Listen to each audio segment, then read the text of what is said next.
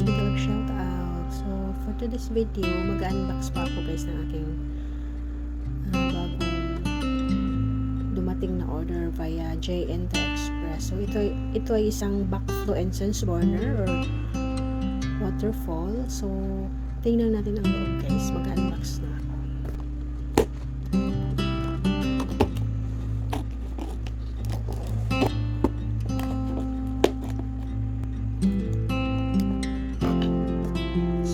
Okay na siya. So, ito na ang laman.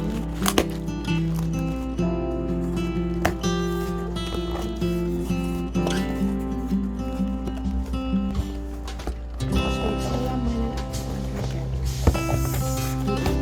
Backflow incense burner. Ito siya.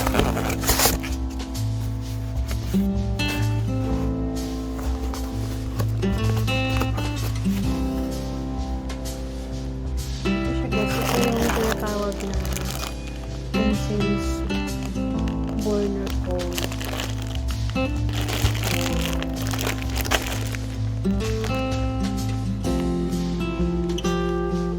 Marami siyang kulay at iba't iba ang aroma nito. Iba't iba ang fragrance nito. So mamaya napakita ko sa inyo.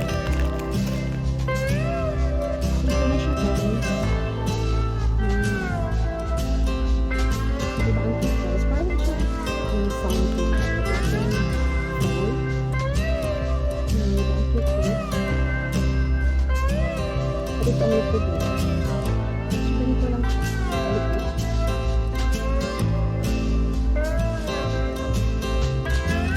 Ayan, so, tinatawag siyang backflow incense burner. Kasi, the incense smoke flows down kasi storage siya sa smoke. So, pa-downward yung flow ng smoke guys instead of upward. And then, yung burning incense cone niya guys, ito, yung gagamitin ko, ito yung tawag na burning incense cone, burning incense cone ito. So, dito ko siya ilalagay guys, dito sa hole dito. Tapos, lalabas yung smoke. So, dito lalabas yung smoke guys. Mamaya papakita ko sa inyo guys. So, ang burning incense cone guys, yung smoke niya guys, nag-assess ng better health at sa ating katawan guys, sa ating mind and soul. Yan. So, diba social? Then, it enhances concentration while nag-study tayo or yung mga anak natin. Maganda siya guys. Tapos, benefits sa ating katawan ay prevent against infection.